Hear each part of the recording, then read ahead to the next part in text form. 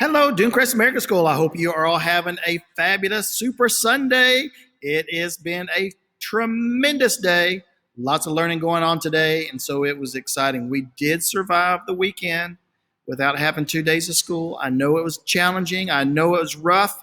It's not something we want to do, but hey, it is what it is. We got to move forward. Speaking of move forward, I have a great message for us today. The greatest waste of our natural resources is the number of people, schools, and companies that never achieve their full potential. Yes, you can be a natural resource too, and you can be one that we don't want to race. Not only never achieve what our full potential is, but sometimes we don't even try. No, no, no, no, no. Someone has a bright idea, and then someone else says it can't be done. We let poor attitudes affect us. Gather enough reasons, sorry about that, gather enough reasons why it can't be done, and sure enough, it won't be done. It won't even be attempted. It's simple as that. So we can't let other people to pull us down. In the 1960s, John F. Kennedy said, "Let's put a man on the moon." In this decade, the immediate fallout was predictable. Can't be done. It's unrealistic. Not enough time. Too many unanswered questions. One mathematician estimated that 60 million separate decisions, operation, and activities would have to be coordinated in order to design, create, launch, and safely land a lunar expedition. But NASA tried anyway. Armand Hammer once wrote, "High intention sets the universe in motion." He was talking about you and me, about all the ordinary, everyday people who pursue, or unfortunately fail to pursue, their biggest dreams or brightest aspirations. Kennedy's lunar aspirations were so big and so exciting that it finally galvanized the worldwide scientific community, setting the necessary wheels in motion to achieve it. And yes, we did make it to the moon. We can help each other set the wheels in motion today also. We can say, it can never fly, or we can say, we'll never know until we try. We can say, it's never been done before, or we could say, we have the opportunity to be first, so let's do it. We could say, oh, we don't have the resources, or we could say, let's be resourceful and figure out a way to make this work. We can say, we don't have the expertise, or we could say, let's network with those who do have the expertise. We only pass this way once in life, so make the most of your time and your efforts, my students of Dunecrest American School. If you believe in something good, then give it a good chance to happen.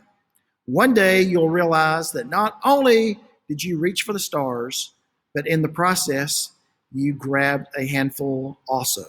So let's make sure that we're always reaching, we're going for our goals, and we're achieving our goals, and do not let those naysayers get you down.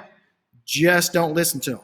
Speaking of great students, we'd like to hear now from Jad, who is a sixth grade student of ours. He's also the vice president of our student council. So let's listen to our words of wisdom from Jad today. Hello, Dunecrest American School. Today we have with us, it's very impressive, this is the vice president, Mr. Vice President of our student council, student government in the middle school, Mr. Jad. And Jad is just doing a fabulous job. Not only is he the vice president of student council, getting all these activities going, he's also a musician. He also is doing a fabulous job with his grades. So I guess we'll start right there, Mr. Jad. What advice would you give other students to do well? Obviously, I think you've got all A's right now. So, I mean, what would you recommend to other students to make sure that they do well with distance learning? So usually, like when you see tasks, you should get a to-do list and just put all the things that you have to do. That just helps me like plan out my day. Then also you should, like when you wake up, I know you want to get the phone and go on social media, but just don't. It's a huge waste of time. That is very good advice. So I have my to-do list, so I'll listen to your advice there. And I will definitely, you're right about that, because if the beeping starts happening on your phone and stuff, it just gets you off task. So So it's very wise to stay focused on there. So we're good. What about parents, Jed? I mean, what advice would you give our parents to give their support to their children?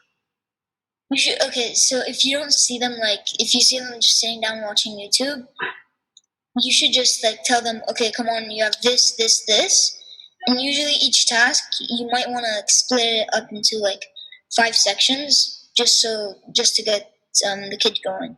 Okay, so keeping them focused and keeping them on task and keeping them marking off that to-do list. I love it. I love it. I love it. Now, Jed, your responsibilities with student government obviously is to promote activities and develop activities. When we're not in the building here, that can be a challenge. But you guys have figured out a way to continue having activities virtually. So tell us about the activity that y'all developed and got coming up here soon. Yeah. So each class in the middle school, we want to have a Kahoot. So it's going to be on a bit of the questions will be on what we have in school, then also just fun questions. And the guy who wins, he will get one pass to skip any assignment they want, but it cannot be a test. Oh, okay. So it's some pretty big incentive here. So Kahoot, this is like a trivia night, correct? Yeah. Okay. All right. So I need to work on my thinking skills here and figure out this out. So I need that pass and get some, because Mr. Barrett's being mean. He's giving me lots of homework. All righty. And then I guess finally, Jad, just how are you doing and how do you keep up with your friends and family and how are you doing with all this? So yeah, it's kind of tough, but with my family, we just go on Zoom and we just talk. Okay. And same with people in my class. All right, so you're still keeping up with everybody. Make sure they're doing well themselves. Well, we always appreciate you coming by school, Jad, and of course you're having to come by virtually now. And thank you for taking the time out to give us some of your wisdom, and we hope that we will have those straight A's just like you. Okay, my friend? Okay. Take care, Jad. Okay, bye. All right. It was great to hear from our vice president there of the student government in the middle school. Very proud of him. Now, parents, or students and everyone, listen. What kind of animals do you have? Do you have a bird? Do you have a turtle? Do you have a dog? Do you have a cat? Do you have an aardvark? Do you have whatever animal you have? It doesn't matter. Maybe you have a pet camel in your backyard. You never know. Whatever animal you have, you need to join our animal club. And what we will do, we'll get together, we show off each other our animals, we explain what we can do with them and how they make our life better by having them. That will be the first after school club that we have. It meets this Tuesday at 3:30 p.m. And so make sure that you're part of it. All you have to do to join this club is send me an email right there. I'll get you signed up, get you an invitation to our Zoom meeting so you can tell us about your animals and what makes them so special. Also, great activities for your students. And this one here is a wonderful one, Marriott. So if you'll click on this website right here, my students and my parents, it will take you to the Marriott Traveler webpage. And here you can, as this shows here, you can go and visit with some amazing natural parks or national parks. You can also spend a day at the museums. There's over 2,500 museums that have the stuff going on here. So you can see some of those that go on. You can look at some famous cultural landmarks. This happens to be the Great Wall of China. Take a trip down the wall, or you can even see some natural wonders. So you'll want to take advantage of all of those. We had one of our students in 11th grade, Miss Roa, did visit with one of the museums virtually and did a class project on it. So let's listen to her and see what she learned about visiting the museum. Take it over, Roa. So for my virtual tour, I chose the Rich Museum to view as I found it really interesting and the most historically appealing to me. The Rich Museum is a huge museum that helps the viewer to understand periods of times through historical art pieces. The Rich Museum is a museum located in Netherlands which tells a story about the Netherlands in the Middle Ages to the 20th century. One of the things that really stood out to me was the interior design of this museum. I love the interior design and the way everything was displayed. the designer of this museum used a lot of space to their advantage. They used a lot of space to make everything visually appealing to the eyes, and which makes it easier for the viewer to get a really good look at the art piece and makes it um, visually appealing and less distracting and not overwhelming. Um, it makes it easier for the viewer to get to absorb and analyze the art piece without making it visually hard or distracting.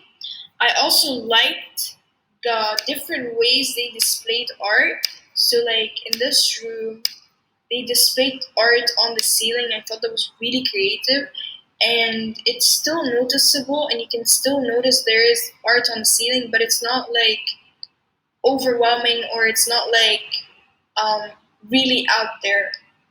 So yeah, that's what I liked about the museum.